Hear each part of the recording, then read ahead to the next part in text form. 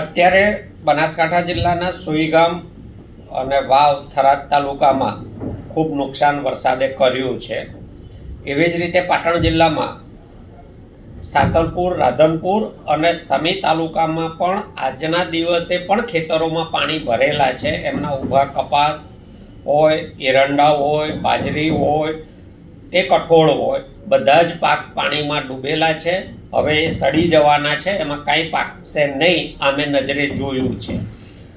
ભારત સરકારે 2023-24માં digital crop સર્વેની એક સ્કીમ લોન્ચ કરી હતી, જેમાં એક સ્પેશિયલ પોર્ટલ અને મોબાઈલ એપ્લિકેશન લોન્ચ કરી હતી.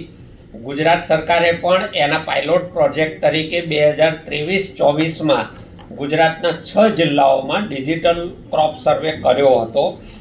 એ જે 6 જિલ્લાઓમાં ડિજિટલ ક્રોપ સર્વે થયો એમાં અરવલ્લી હતું, મહેસાણા હતું, નર્મદા, ડાંગ, વલસાડ અને પોરબંદર જિલ્લા હતા.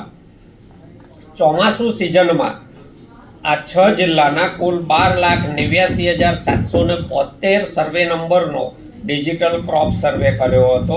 પછી શિયાળુ પાક પણ 23-24માં 9,50,514 સર્વે નંબરમાં કર્યો હતો. એટલે કે અને 24-25માં આખા ગુજરાતનો તમામ સર્વે ડિજિટલ જ થવાનો હતો મોબાઈલ એપ્લિકેશનથી.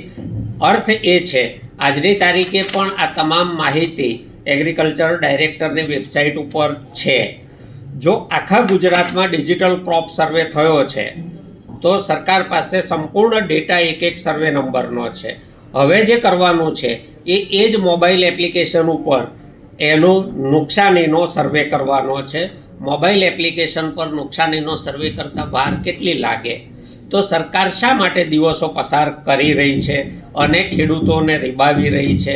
આજે જે નુકસાન ઊભું છે એ કેટલા દિવસ એમને નરી આંખે દેખાય અથવા તો તમારા મોબાઈલ એપમાં ફોટા લઈ શકાય એવી સ્થિતિમાં રહેશે?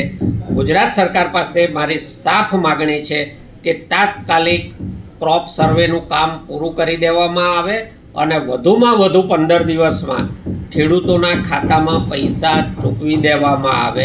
આ 33%નો જે માપદંડ રાખ્યો છે એ પણ વાહિયાત છે.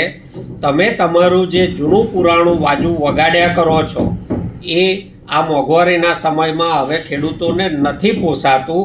તમે પંજાબના ધોરણે હેક્ટરે 50,000, એકરે 20,000 પ્રમાણે ખેડૂતોને વળતર ચૂકવો. આજે તમારા ફોટામાં જે પાક ઉભેલો દેખાશે એ 15 દિવસ પછી સડીને પડી ગયો હશે. એટલે તમારા ફોટામાં કદાચ સર્વેમાં એ 40% આવે, 45% આવે કે 50% નુકસાન આવે, પણ જ્યારે પાકના છોડવા સડીને પડી જશે ત્યારે ખેડૂતને 100% નુકસાન છે. એટલે 100%ના ધોરણે જ આ વિસ્તારોમાં તાત્કાલિક વળતર ચૂકવવામાં આવે. કચ્છના પણ રાપર, ભચાઉ અને બીજા તાલુકાઓમાં આ વર્ષે વરસાદે ખૂબ નુકસાન કર્યું છે. એમનો પણ સર્વે કરવામાં આવે, એમને પણ નુકસાન ચૂકવવામાં આવે. સાથે સાથે જ્યાં છૂટાછવાયા તાલુકાઓમાં અતિવૃષ્ટિ થઈ છે એ તાલુકાઓને પણ ડિજિટલ ક્રોપ સર્વેમાં આવરી લેવામાં આવે અને સર્વેને આધારે એ લોકોને નુકસાન વધુમાં વધુ 15 દિવસમાં ગુજરાત સરકાર ચૂકવી દે. આ અમારી સાફ માગણી છે.